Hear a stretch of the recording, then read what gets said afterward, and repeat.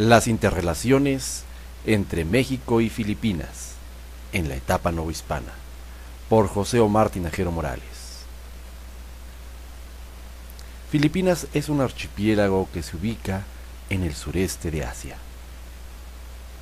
Durante mucho tiempo se dio una pugna entre Portugal y España por tener el control de las especias.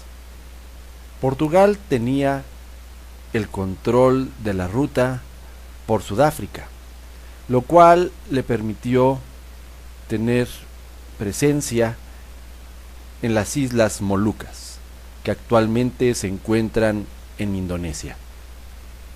En las Molucas se producían especias como la nuez moscada, por lo cual era muy apreciado este archipiélago. Precisamente Cristóbal Colón planteó una ruta tomando en cuenta la idea de que la Tierra era redonda para llegar al oriente y tener el dominio de las especias.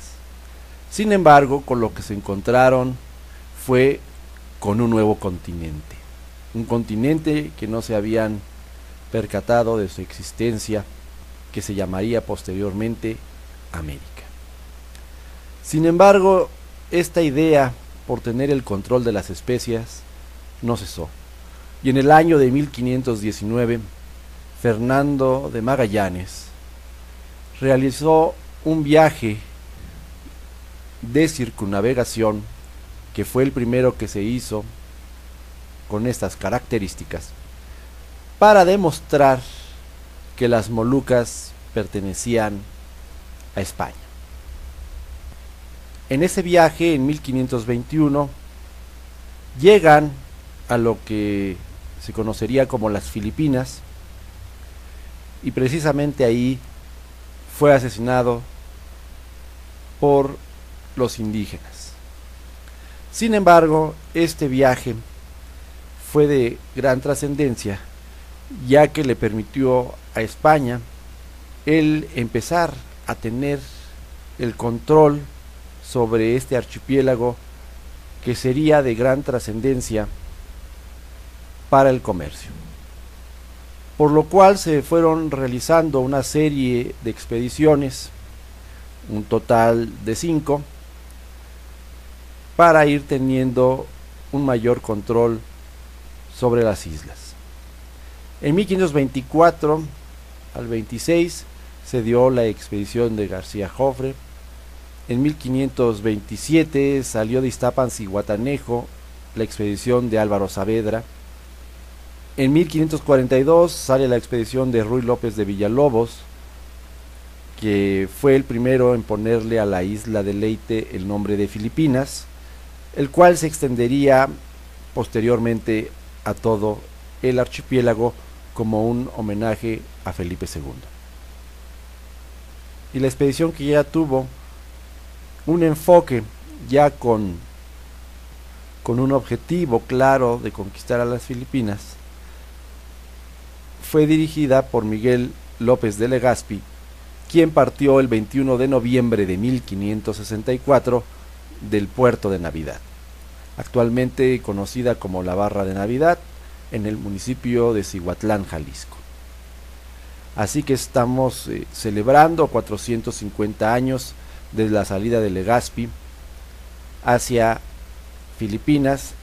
Es importante señalar que estas expediciones, en especial la de Legazpi, van a generar un fuerte vínculo entre la población de México y la de Filipinas, de tal manera que podemos señalar que la cultura que se va a ir desarrollando durante los siglos posteriores en el archipiélago va a ser de una influencia hispano-mexicana de primer orden. Junto con Miguel López de Legazpi iba Fray Andrés de Urdaneta, que había participado en viajes anteriores, que antes de ser fraile agustino tuvo conocimientos de cosmografía, y a él se debe la ruta del tornaviaje para poder regresar a México.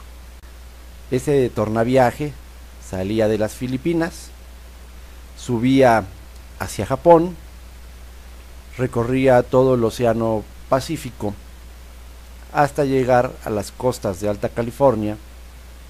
Posteriormente llegaba a las Islas Marías para finalizar en el puerto de Acapulco. Esto permitió que del año de 1565 hasta 1815 el comercio se hiciera entre México y el Oriente, gracias a lo que se conoció con diferentes nombres, como el galeón de China o nao de China, galeón de Filipinas o de Manila, el galeón de Acapulco. Eran los diferentes nombres que se le dio a lo largo del tiempo. Y con esta ruta, por un lado, la gente de Manila llevaba hacia México cosas como la seda china, la porcelana, cerámica, etc. Mientras que de Acapulco partía hacia Filipinas frailes para la evangelización y plata, que servía para pagar a las autoridades de Filipinas. Un dato importante que incluso en México muchas veces se pasa de alto debido a que la historia novohispana se ve muy someramente en las escuelas, es que Filipinas dependió administrativamente tanto en lo civil como en lo eclesiástico de México. Desde el punto de vista civil, Filipinas fue una gobernación dependiente de la audiencia de la Nueva España. Y desde el punto de vista eclesiástico, originalmente el obispado de Filipinas, el obispado de Manila, era un obispado sufragáneo del obispado de México, hasta que posteriormente ya se constituyó como un arzobispado independiente. La importancia de Filipinas fue estratégica tanto en el aspecto comercial, en lo religioso y en lo diplomático. En lo comercial permitió enlazar el comercio principalmente con China. Fue uno de los principales eslabones de esta ruta alternativa de la seda,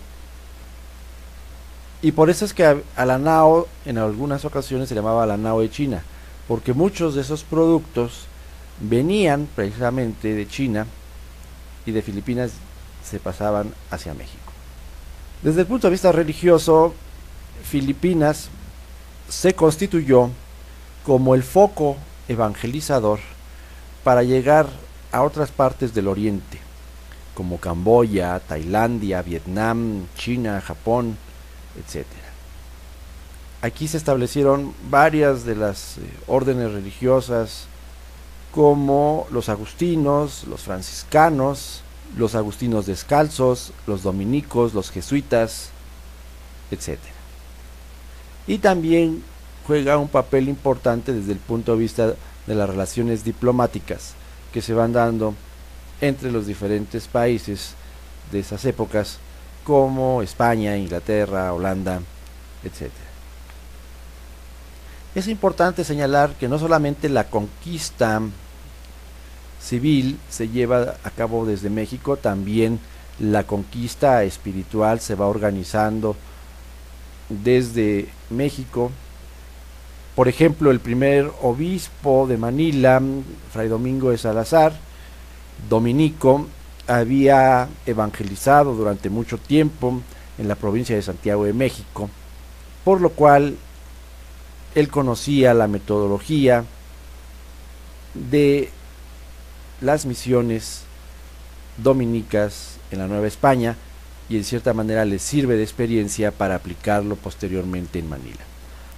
A la vez, Fray Domingo de Salazar impulsa la creación de la provincia del Santo Rosario de Filipinas de la Orden de Predicadores. Manda a Fray Juan Crisóstomo a realizar los trámites correspondientes. Y precisamente el maestro general de la orden, Fray Pablo Constabile, sabía que en México, ya desde 1540, Fray Domingo de Betanzos había deseado evangelizar Filipinas y que había estructurado un proyecto de evangelización, por lo cual el maestro general aprueba la idea de la creación de la provincia dominica de Filipinas, pero con la condición de que se redactaran unas ordenaciones en las cuales se tomara en cuenta el modelo de vida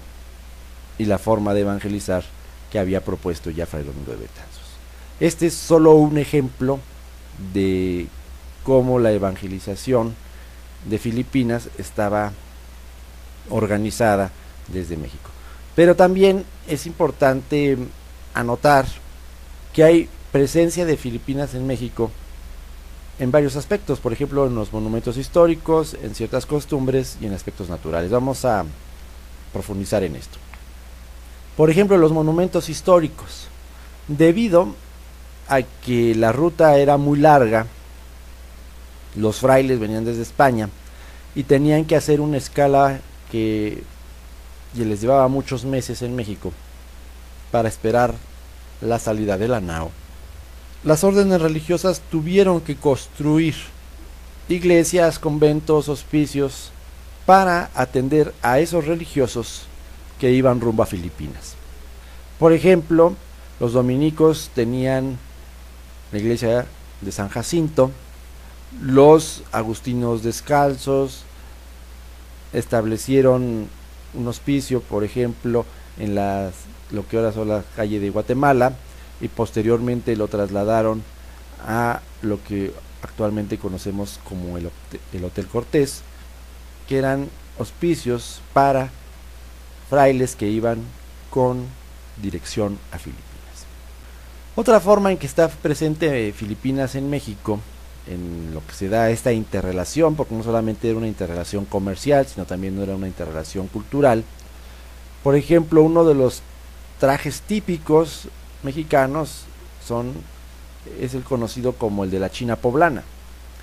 Y precisamente la China poblana, que se llamó ya aquí en México Catarina de San Juan, era una princesa hindú que fue traída a México precisamente por la nao de Filipinas, y ella es la que establece esta forma de vestir que se va a constituir como el vestido típico de México.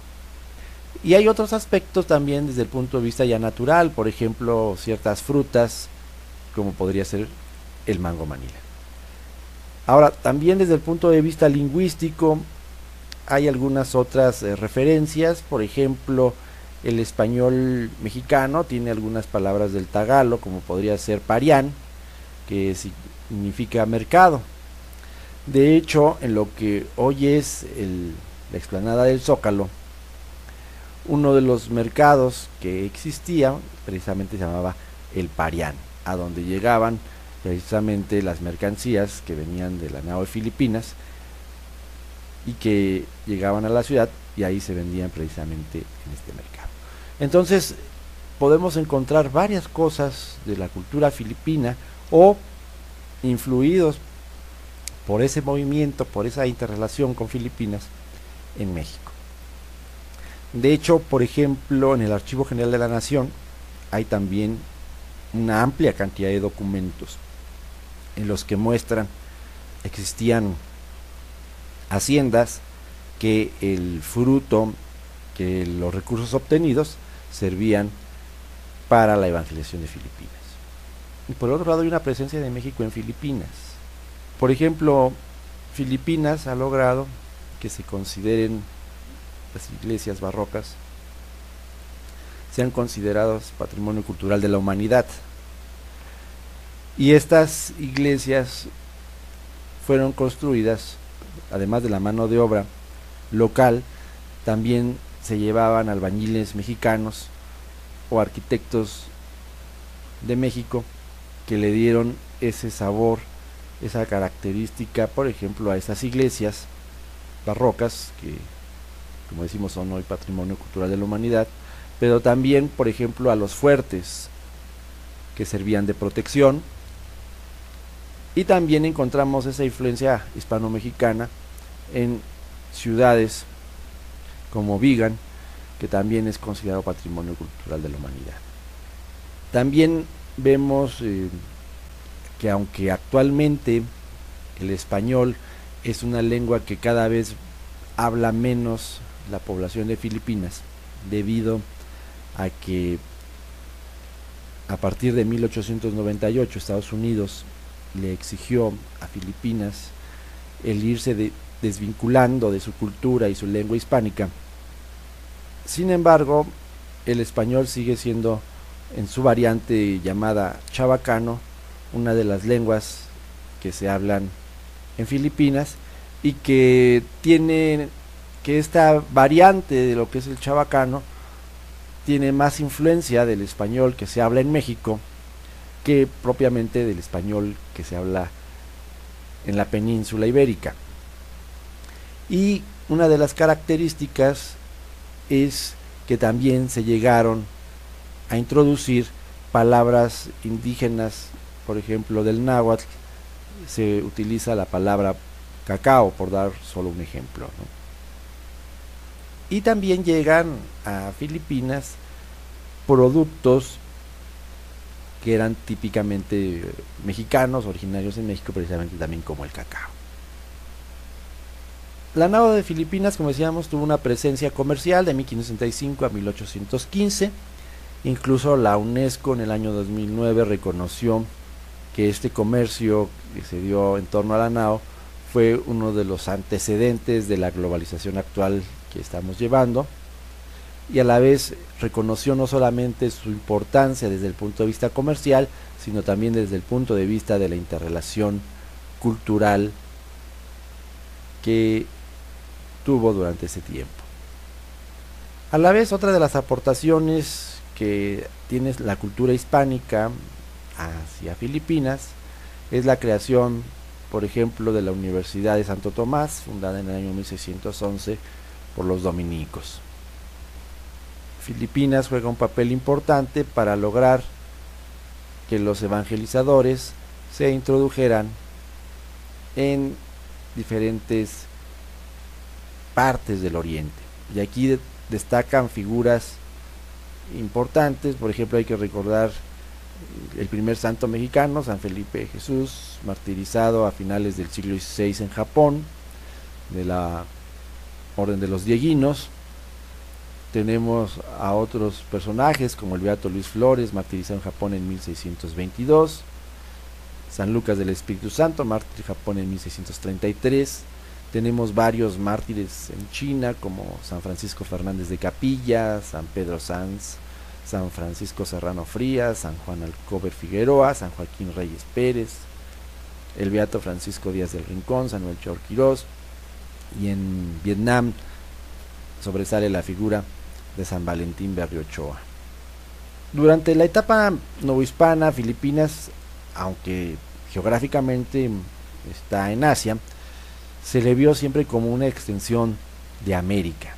Entonces ahí está precisamente esa interrelación con esa cultura hispano-mexicana, que es interesante estudiar tanto en México como en Filipinas para poder valorar mejor la cultura de ambas partes.